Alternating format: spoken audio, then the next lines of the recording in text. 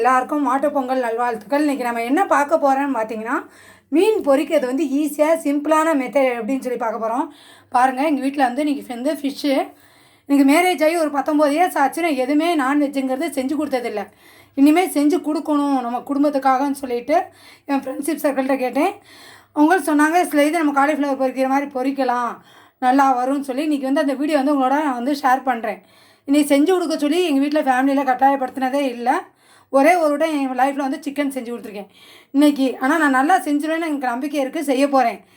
இப்போ பார்த்தீங்கன்னா மீனை வந்து நல்லா ஃப்ரெஷ்ஷாக எங்கள் வீட்டில் வந்து கழுவி மட்டும் நல்லா கொடுத்துட்டாங்க.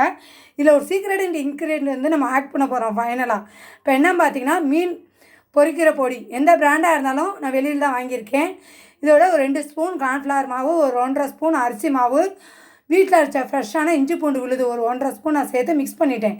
இதோட இன்னொரு சீக்ரெட்டான இன்க்ரீடியன்ட் என்னென்னா, ஒரு 1.5 ஸ்பூன்ஸ் சோம்பு, ஒரு 2 பெரிய பூண்டாக இருந்தால் ஒரு பூண்டு போதும், சின்ன பூண்டாக இருந்தால் ஒரு 2 பூண்டு மிக்சியில் நல்லா கொஞ்சோண்டு தண்ணி விட்டு நல்லா பேஸ்ட் மாதிரி அரைச்சி எடுத்துக்கோங்க. இதோட இதை மிக்ஸ் பண்ணி நம்ம மீனில் தடவி வறுத்தோம்னா அந்த ஸ்மெல் வந்து தெரியாமல் செமையாக இருக்குன்னு சொல்லி என்னோடய சகோதரி சொல்லி கொடுத்தாங்க. அது மாதிரி இன்றைக்கி செய்ய போகிறேன் ஃப்ரெண்ட்ஸ். இப்போ தடவிட்டு உங்களுக்கு காமிக்கிறேன். இதை தடவி செய்யுங்க. உங்கள் வீட்டில் அடிக்கடி நான்வெஜ் வழங்குவாங்க, செமையாக இருக்கும். இன்றைக்கி அது மாதிரி நம்மளும் செய்யலாம், வாங்க. இங்கே பாருங்கள், நம்ம வந்து எண்ணெயை காய வச்சு இந்த ஃபிஷ்ஷை போட்டு இங்கே பாருங்கள். ஃபஸ்ட்டு நான் ஒரு 2 பீஸ் எடுத்துட்டேன், என் பையனுக்கு ஒரு பீஸ் கொடுத்துட்டேன். இதில் வந்து நான் வந்து ஒன்று சொல்ல மாட்டேன். லெமன் சார் வந்து ஒரு சின்ன லெமனாக இருந்தால் ஒரு லெமன் சார் எடுத்து ஊற்றி நல்லா அந்த மசாலாவோட மிக்ஸ் பண்ணிக்கோங்க. சீக்ரெட் இன்க்ரீடியண்ட்டு நான் வந்து ஆட் பண்ணியிருக்கோம். நம்ம இந்த சோம்பு பூண்டெல்லாம் நல்லா பேஸ்ட் மாதிரி அரைச்சி இதில் போட்டிருக்கோம். இன்றைக்கி தான் என் லைஃப்பில் வந்து நான் ஃபஸ்ட் டைம் வந்து மீன் செஞ்சுருக்கேன். நல்லா டேஸ்ட்டாக இருக்கிறேன். என் ஹஸ்பண்டும் என் பையனும் பொரிக்கும் போது குழம்பு வச்சுருக்கேன். இன்னொரு நாளைக்கு உங்களோட நான் ஷேர் பண்ணிக்கிறேன் என்னோடய ஸ்டைலில். நல்லாயிருக்குன்னு சொல்லியிருக்காங்க.